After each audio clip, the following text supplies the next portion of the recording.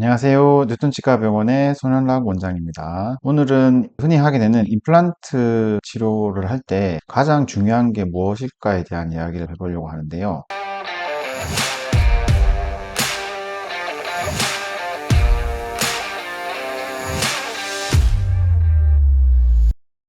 일단 이제 임플란트 진행 과정에는 그림에서 보듯이 이런 과정을 거치죠. 분석도 해야 되고 수술도 하고, 그리고 심겨진 임플란트가 뼈랑 잘 이제 붙게 되는 이제 골륜업 단계를 거쳐서 스캔이나 혹은 이제 본을 뚫고 보천물을 체결을 하고 그다음 유지 관리에 들어가게 되는데, 제가 생각할 때는 이런 진행 과정 중에서 가장 중요한 건 당연히 유지 관리가 아닌가 싶어요. 그 유지 관리를 잘 해야지 오랫동안 잘 쓸 수 있는 거니까 이 전 과정이 다 중요하긴 한데, 특히 유지 관리에 대한 부분이 제일 중요하다고 저는 이제 생각을 하는데, 여기에 대한 이야기를 오늘 좀 해볼까 합니다. 그러면 임플란트의 유지 관리를 잘 하기 위한 조건이 무엇일까요?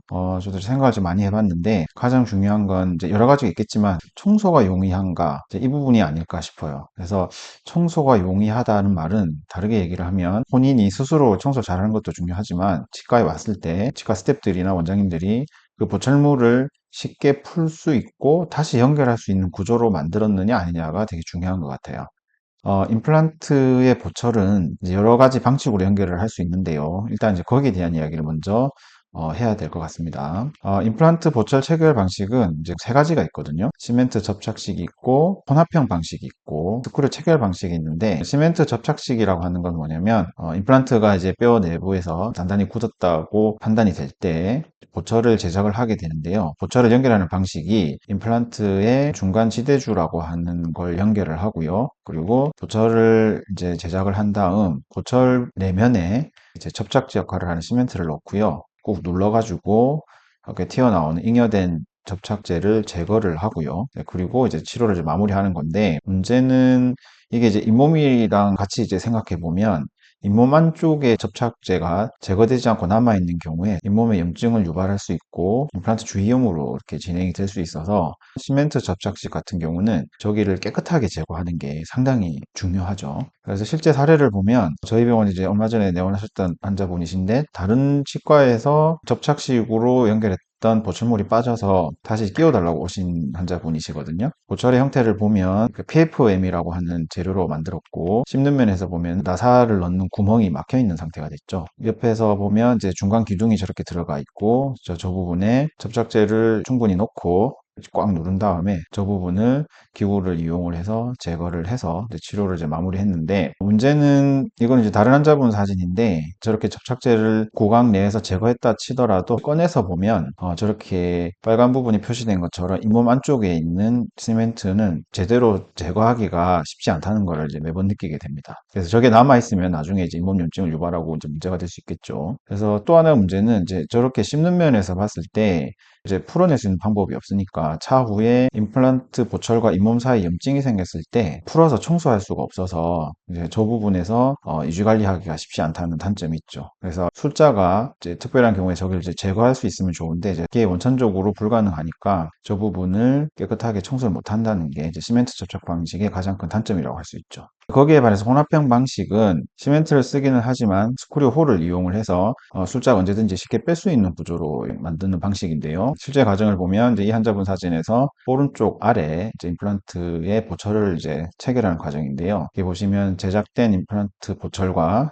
중간 지대주가 있는데, 일단은 구강 내 중간 지대주를 연결을 하고요. 그리고 제작된 보철이 잘 맞는지 시적을 해보고 잘 맞는 게 확인이 되면 보철 내부에 시멘트 접착식과 같은 방식으로 시멘트를 넣고요. 꾹 눌러가지고 이제 굳을 때까지 기다렸다가 씹는 면 쪽으로 튀어나온 잉여 시멘트를 제거를 하고요. 옆면에도 튀어나온 거를 이제 제거를 하죠. 그래서 이제 이걸 깨끗하게 제거하기 위해서 혼합형 방식에서는 바깥쪽으로 다시 이제 풀 수 있으니까 구강 내에서 풀어가지고 구강 밖에서 저렇게 나와 있는 이제 잔여 시멘트를 깨끗하게 이제 제거를 합니다. 그래서 깨끗하게 제거가 된 게 확인이 되면 다시 체결을 해서 구멍을 막고 치료를 끝내는 거죠. 시멘트 접착식에 비해서는 교환면에 나사 홀이 있다라고 하는 게 약간 단점이긴 하지만 언제든지 저 보철을 필요한 경우에 이제 뺄 수 있다는 부분, 그리고 잇몸 아래쪽에 혹시 남아 있을지도 모를 시멘트를 정확하게 제거할 수 있다는 게 큰 장점이어서 이제 많은 병원에서 이렇게 하는데, 최근에는 이제 스크류 체결 방식이라고 하는 조금 더 정확하고 깨끗한 방식이 나와서 이제 지금 저희 병원에서는 이제 이 방식을 주로 쓰게 됩니다. 스크류 체결 방식은 이전에는 기술이 조금 부족해서 제작하기 힘들었는데, 최근에는 디지털 치과 기술이 많이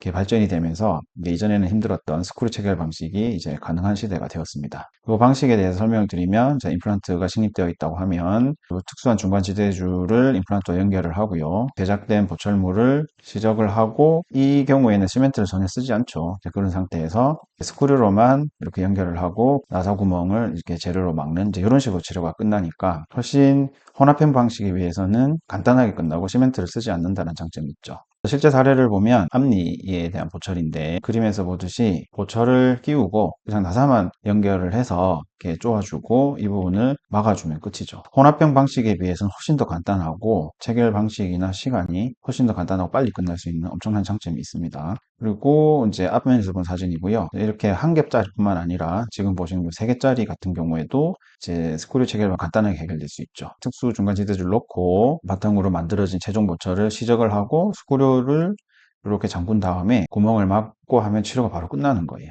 이렇게 보듯이 최종 치료가 끝난 상태죠. 지금 설명한 스크류 방식은 좀 전에 설명했던 시멘트 접착식에 비해서 훨씬 간단하고, 혼합형 체결 방식에 비해서도 아주 극단적으로 적게 걸리는 장점이 있죠. 정확하기도 하고요. 여러 가지 장점이 있는 체결 방식이라고 생각하시면 됩니다. 이런 체결 방식 말씀드린 게 세 가지인데, 유지관리에 어떤 식으로 영향을 끼치는지 좀 설명을 드리도록 하겠습니다. 혼합형 방식, 스크류 체결 방식, 아까 말씀드렸던 건 두 번째, 세 번째 방식인데, 근본적으로 나사 홀을 만들고요. 필요한 경우에 홀을 통해서 나사를 제거를 하면 뺄 수 있는 구조로 되어 있죠. 그래서 만약에 이제 그림과 같은 형태의 보철을 제작을 했다고 하면, 임플란트 오래 쓰다 보면 보철 사이에 잇몸에 염증이 생기고 음식이 낄 수 있는데, 이 부분을 깨끗이 제거해 주는 게 관건이겠죠. 이런 혼합형 방식과 스크류 체결 방식에서는 보철을 쉽게 풀어낼 수 있는 구조이기 때문에, 풀어가지고 이쪽 부분을 이렇게 청소를 해주고 나면 염증이 이제 사라지고 그 부분을 다시 체결해 주면 참 좋죠. 이렇게 유지 관리를 하면 잇몸 염증이 더 진전되기 전에 막을 수 있어서 임플란트 주위염으로 가는 걸 사전에 방지를 할 수가 있겠죠. 그래서 실제 사례를 보면 왼쪽 위에 임플란트 3개를 식립을 했는데 나란하게 잘 식립이 되어서 혼합형 방식으로 저희가 체결을 했었거든요. 근데 쓰시다가 뭐 이쪽에서 조금 냄새도 나고 잇몸이 좀 간질간질하다 해서 오셨을 때 풀 수 있는 구조다 보니까 풀어내는 거죠.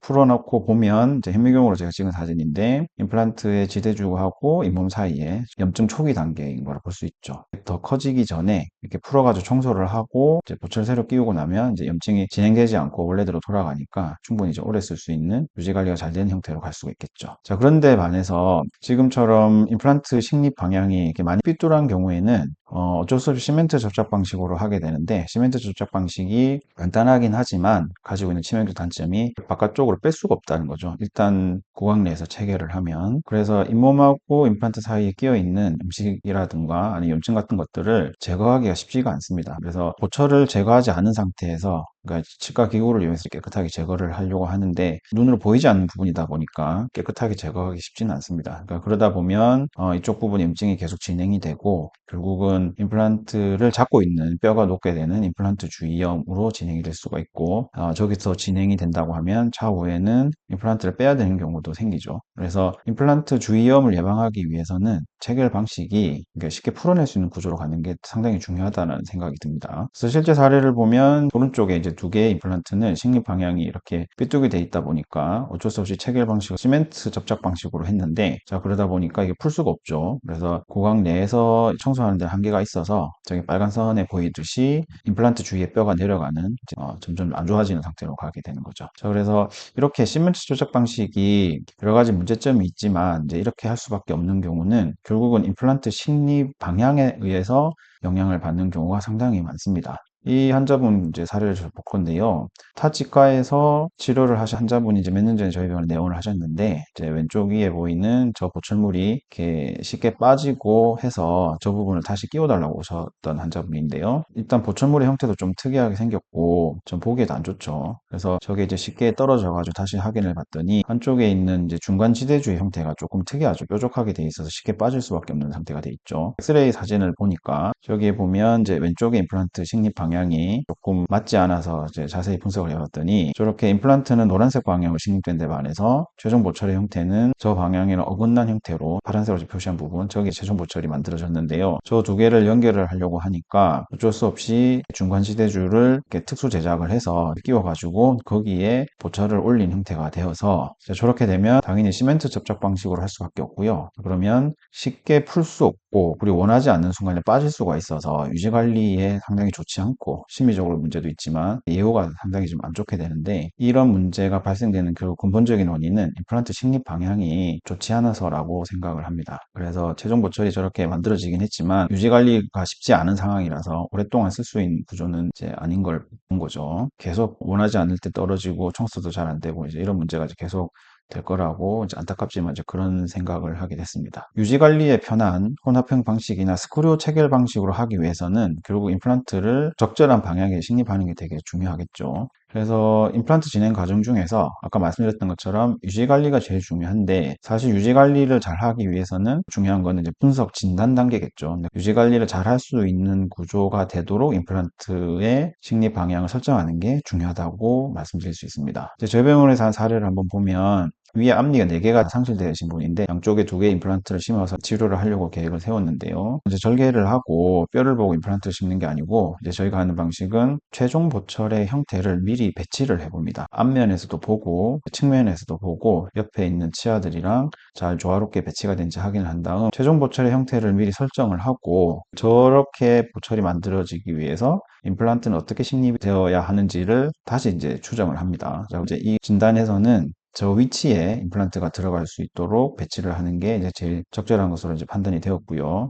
오른쪽에 심게 된 임플란트의 단면은 임플란트 식립될 부위의 골폭이라든가 골밀도는 이제 저렇게 진단이 됐고요. 그리고 이제 왼쪽에 임플란트 위치는 이제 저렇게 배치가 돼야 되는데, 저 부분이 이제 발치한 지 얼마 안 돼서 뼈가 지금 만들어지는 과정이라서 임플란트 식립 시에 저 부분에 이제 구멍을 작게 뚫어서 조기 고정을 잡아야겠다라고 이제 진단을 미리 하고 진행을 하니까 이제 수술도 실패 없이 잘 할 수가 있겠죠. 저렇게 임플란트가 식립이 될 수 있도록 수술 가이드를 디자인해서 출력을 하고요. 젤을 이용해서 이제 수술을 하면 계획된 위치에 정확하게 식립을 할 수가 있는 거죠. 임플란트 식립 후에 이제 사진이고요. 골 융합이 끝나서 이제 보철을 만들 상태가 되면 이제 저렇게 스크류 체결 방식으로 제작을 해서 시멘트 전혀 쓰지 않고 스크류로만 체결을 하고 저 구멍을 막고 치료가 이렇게 마무리되는 거죠. 그래서 스크류 체결 방식이 좋은 건 언제든지 쉽게 풀어낼 수 있고 다시 잠글 수 있는 거고, 잘 만들기 위해서는 임플란트 식립 위치가 그만큼 중요하다고 다시 말씀드릴 수 있겠습니다. 결국 임플란트 진행 과정에서 가장 중요한 건 유지 관리가 맞죠. 근데 유지 관리를 위해선 이 세 개의 보철 체결 방식 중에 가능하면 혼합형 방식이나 스크류 체결 방식으로 가는 게 가장 좋을 거고요. 그리고 이렇게 가기 위해선 임플란트를 적절한 위치에 식립하기 위한 진단 및 분석이 중요하다고 생각이 됩니다. 그리고 진단과 분석을 통해서 적절한 위치 판단이 되면 수술 가이드를 이용을 해서 이제 그 위치에 정확하게 식립하는 게 중요하겠죠. 이런 모든 과정이 수술 때 반영이 되어야 유지 관리에 유리한 상황으로 만들 수가 있겠죠. 오늘은 임플란트 치료 과정 중에서 어떤 부분이 가장 중요한지에 대해서 설명을 드렸고요. 임플란트를 뭐 수술하는 것도 중요하지만 오랫동안 잘 쓰기 위해서는 유지 관리가 중요하고, 그 유지 관리를 잘 하기 위해서는 분석 단계에서부터 철저하게 고민을 하고 그리고 정확하게 수술할 수 있도록 준비를 하는 게 중요하다고 생각을 합니다. 오늘의 영상은 이제 여기서 마치고요. 다음에는 다른 내용을 들고 찾아뵙도록 하겠습니다. 감사합니다.